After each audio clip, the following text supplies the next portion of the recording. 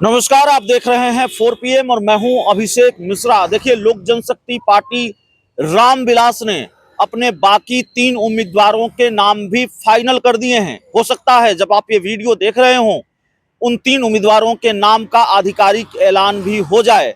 और कल से ये चर्चा है कि अब ऐलान हो जाएगा, तब ऐलान हो जाएगा, लेकिन एनडीए में सिर्फ चिराग पासवान ने ही अपनी पार्टी के सभी उम्मीदवारों के नाम की घोषणा नहीं की है। भारतीय जनता पार्टी, हिंदुस्तानी आवाम मोर्चा, उपेंद्र कुशवाहा, सारे दलों के उम्मीदवार तय हैं। सबकी लिस्ट आ गई है, लेकिन चिराग पासवान की लिस्ट अभी नहीं आई है। खुद हाजीपुर से लड़ेंगे, ये उन्होंने खुद बताया है और कहा है कि संसदीय बोर्ड की बैठक में ये फैसला हुआ है, तो उनका नाम फाइनल है। चिराग पासवान के जीजा अरुण भारती नामांकन कर चुके हैं जमुई से, उनका नाम फाइनल है। लेकिन चिराग पासवान को तो 5 लोकसभा की सीटें मिली हैं। हाजीपुर और जमुई फाइनल हो गया, वैशाली, खगड़िया और समस्तीपुर का क्या होगा? तो चिराग पासवान के उन उम्मीदवारों के बारे में हम आपको बताने जा रहे हैं। उम्मीदवार फाइनल हो गए हैं और वो उम्मीदवार हैं खगड़िया से राजेश वर्मा। राजेश वर्मा को खगड़िया से टिकट दिया है चिराग पासवान ने। राजेश वर्मा जिला अध्यक्ष हुआ करते थे चिराग पासवान की पार्टी के।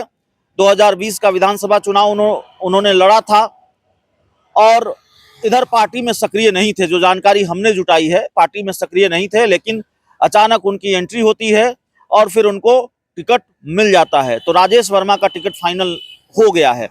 आधिकारिक ऐलान से पहले हम ये बात इसलिए बता रहे हैं कि पुख्ता जानकारी हमारे पास है और अब कोई बदलाव इसमें मेरी समझ से नहीं होने जा रहा है। तो खगड़िया लोकसभा सीट से राजेश वर्मा को उम्मीदवार बनाया है चिराग पासवान ने। और चिराग की पार्टी से कई दावेदार थे। महबूब अली कैसर भी पशुपति पारस की पार्टी छोड़कर आए थे, चिराग पासवान के साथ घूम रहे थे, इस जुगत में लगे थे कि उनको टिकट मिल जाए खगड़िया से, चिराग पासवान उनको टिकट देंगे, उनको ये उम्मीद भी थी, लेकिन ये हुआ नहीं। रेणु कुशवाहा, बिहार सरकार की पूर्व मंत्री और चिराग की पार्टी की कद्दावर नेत्री, और वो भी प्रमुख दावेदारों में से थी। उनका दावा सबसे मजबूत माना जा रहा था, लेकिन चिराग पासवान ने उनको भी उम्मीदवार नहीं बनाया, राजेश वर्मा को टिकट दे दिया है। अब बारी आती है समस्तीपुर लोकसभा सीट। समस्तीपुर लोकसभा सीट से यह माना जा रहा था कि सन्नी हजारी को टिकट मिलेगा या चिराग पासवान अपने सबसे करीबी नेताओं में से एक संजय पासवान, जो उनकी पार्टी के प्रदेश प्रधान महासचिव हैं, उनको टिकट देंगे। लेकिन चिराग पासवान ने टिकट दिया है, उम्मीदवार बनाया है शांभवी चौधरी को। शांभवी चौधरी जेडीयू के दिग्गज नेता नीतीश कुमार के करीबी मंत्री अशोक चौधरी की बिटिया हैं और उनका नाम भी फाइनल हो गया है। उनको उम्मीदवार बना दिया है, शांभवी चौधरी को उम्मीदवार बनाया है समस्तीपुर लोकसभा सीट से।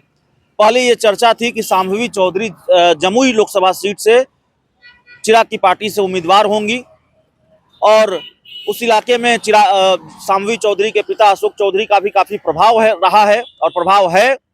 अशोक चौधरी जमुई से चुनाव लड़ेंगे, इस बात की भी चर्चा लंबे वक्त तक रही है। लेकिन शांभवी चौधरी को जमुई की जगह समस्तीपुर से चिराग पासवान ने टिकट दिया है। और जो हैरान करने वाला नाम है वो है वैशाली से वीणा देवी का।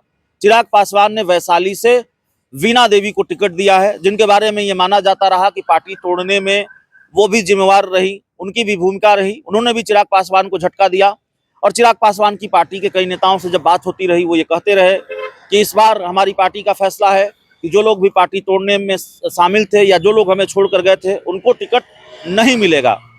लेकिन हुआ इसके ठीक उलट है। जो लोग पार्टी छोड़कर चले गए, उनको ही टिकट मिला है, वीणा देवी को ही टिकट मिला है।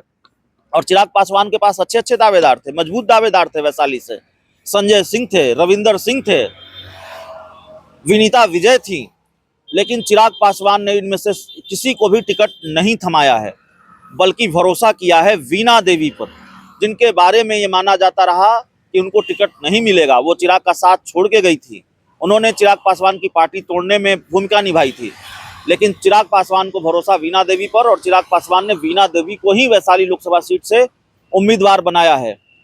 तो चिराग पासवान ने अपने उम्मीदवारों के नाम का आधिकारिक ऐलान नहीं किया है। कल पटना से जब वो दिल्ली लौट रहे थे, दिल्ली जा रहे थे, तो पटना एयरपोर्ट पर उन्होंने कहा था कि आज रात तक या कल सुबह तक हो जाएगा। आज सुबह के बारे में उन्होंने कहा था कि उम्मीदवारों के नाम का ऐलान हो जाएगा। हो सकता है थोड़ी देर में हो जाए, लेकिन उम्मीदवारों के नाम के ऐलान से पहले हम उनके उम्मीदवारों के नाम बता रहे हैं, क्योंकि मुहर लग चुकी है। हमारे पास जानकारी यही है। बहुत बहुत धन्यवाद।